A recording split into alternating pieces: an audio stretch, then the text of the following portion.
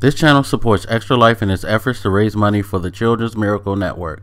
For more information about how to donate and join in their efforts, go to the link displayed here. Extra Life. Play games, heal kids. What up, everybody? This is your boy Black Vegas, and don't mind the mess in the back. I just got finished doing my laundry before recording this, so that's why you see all the socks and stuff and the pods for the laundry and all that sitting on my bed. Anyway, so just wanted to talk briefly about GDC and then discuss what I may be anticipating for PAX, because this is a strange year for both of those conferences. One, I feel like PAX has come much earlier than normal.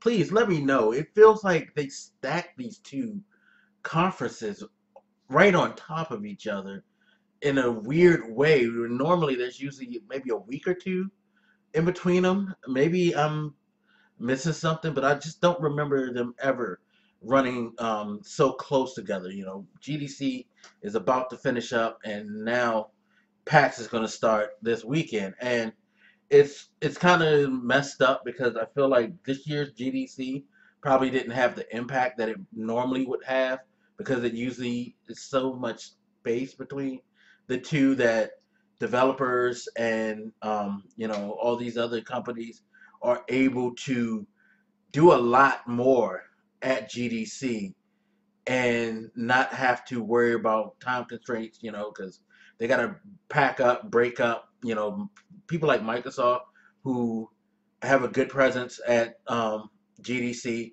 They do have to make sure they have a presence at PAX East, a strong presence there.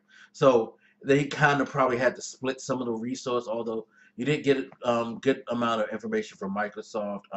They talked about Windows 10, the integration into, you know, Xbox Live being integrated into it, and some of the implications Windows 10 will have on, you know, the Xbox One, things like the crossplay and all of that. They're coming out with a wireless adapter for the Xbox One controller, which is cool. So if you want to, instead of finding ways of using the Xbox One controller on PC, they are giving you a much easier solution. So if you want to just use your Xbox One controller like that, it's a lot simpler now than it was before. You don't have to be tethered to a wire, or you don't have to use any special program to help you, you know, implement it or what have you. They teased Battletoads again. I heard they announced a game called Elite Dangerous, one I'm not that familiar with. I think it's a space sim on PC. That's coming to Xbox One, things like that. But it wasn't like huge stuff. The only thing that I could say really that stood out the most for me with Microsoft was what they said about DirectX 12 reference to PC gaming, where it's supposed to boost your CPU power up 50%, and 20%. It's a 20% boost to your GPU. So that's interesting. That's really interesting if that's true. Um, have to, of course, you know, it's a wait and see thing. But if they said that if, you know, developers, you know how to do it, optimize right, they can do that with DirectX 12. So that's cool. By the way, they said that they didn't mention anything about Xbox One. So please don't do like you did the last time Phil Spencer spoke and start going off about this is what it's going to do for Xbox One. He never said that, and Microsoft came and said themselves, we didn't say that. Just it's funny. I feel like they did that because they wanted to head off all of the people who were going to go and carry that whole argument again, like they did the last time, and blow it out of proportion. But anyway, Valve, you know, they introduced their headset. I don't. How do you pronounce it? Vive, Vivi, whatever it is. Valve said that they'll be coming out with a headset this year, VR headset. Not that they're working on it through the year, but that they will be releasing one. So that's pretty interesting. Yeah. I mean, we'll see if that holds up. They showed their Steam controller, gave a launch window for that, and a price. Launch. It's supposed to be a $50 controller. It's supposed to be somewhere around I think November it's coming out. Uh, what else? There's some games coming to Nintendo.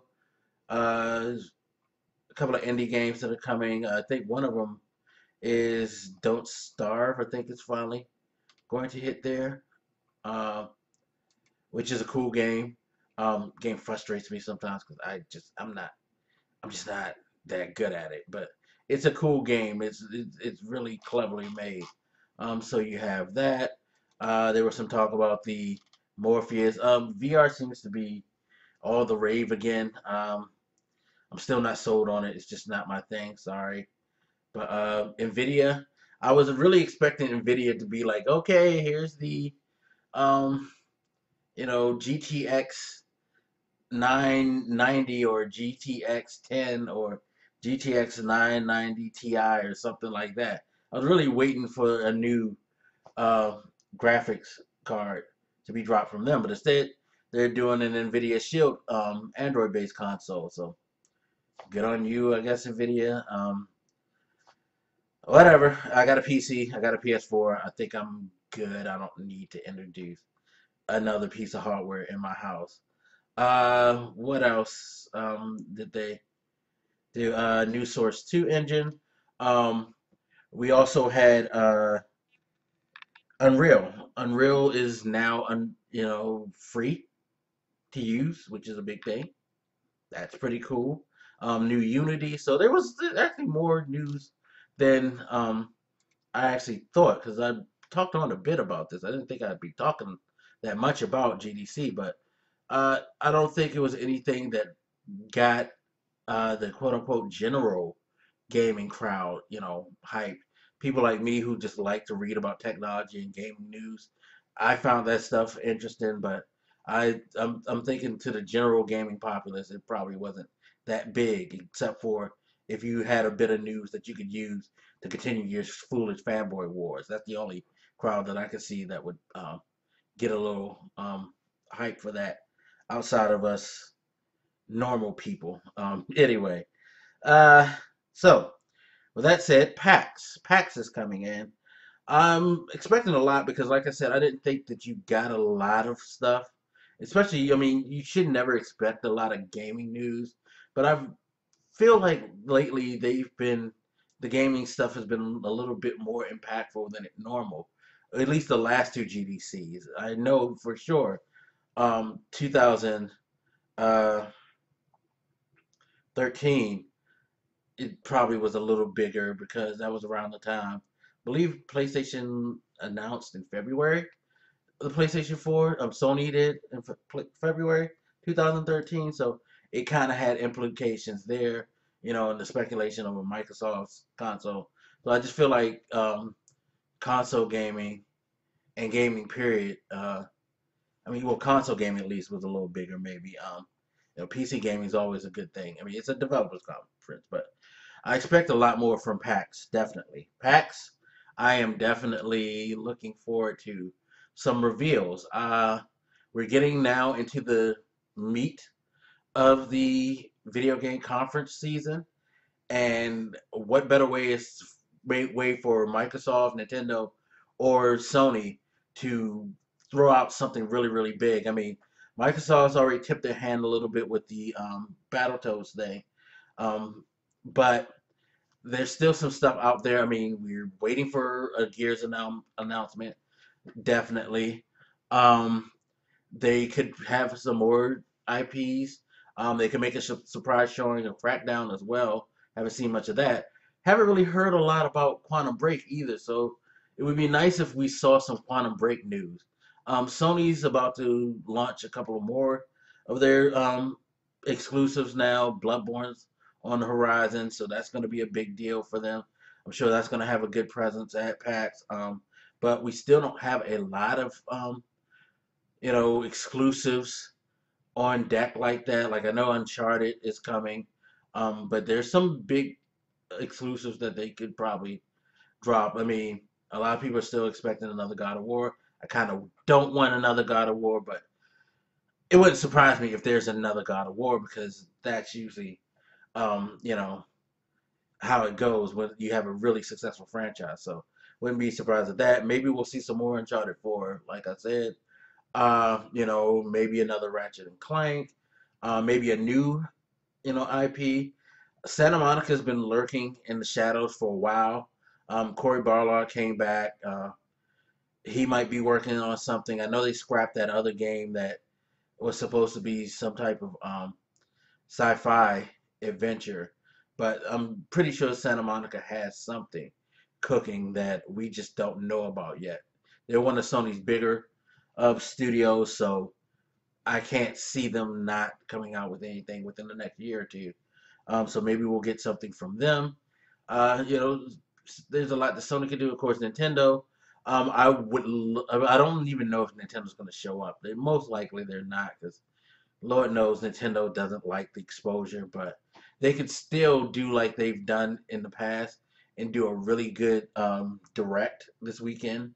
I would like to get a really surprise. I would love to get a surprise direct, say Saturday, and they do a whole Zelda blowout. That would please me if Nintendo did something huge with Zelda, because rumor is that it might come out this year.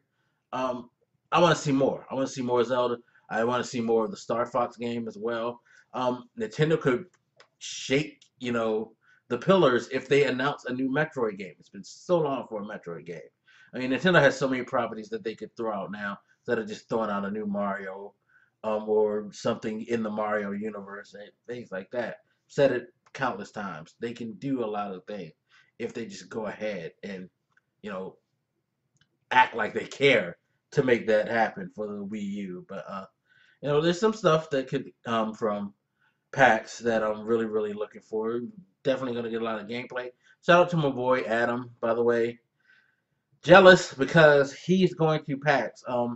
Can't remember how many times he's been before. I think he's been at least twice since I've known him. Um, and jealous because I would love to go to a PAX East. One of these days, if I'll get financially, able to fit that type of vacation in my lifestyle, I would love to go to a PAX. Not really care that much about E3 personally, because I would go once if I could get a press pass to E3. I would go once just to see the spectacle. But from what I've heard from people from podcasts that I've heard, things like that, it's like once you go once, the luster of it isn't that it becomes just it gets too chaotic at times, and there's like so much going on that you kind of aren't able to absorb and enjoy it as much. So, but definitely would want to go to a PAX East, PAX Prime. One of those two. Hopefully, I'll get to go in the future. But I'm really looking forward to what's going to happen at PAX. I hope that we get some excitement because even though we have a lot of games coming out now, there's still a lot more, especially for the new consoles that they can announce that they can bring. There's a lot of third-party stuff that we still got question marks about. Like, what's the status of that Homefront game? Is it dead in the water? I don't even remember if they said it was dead in the water or not.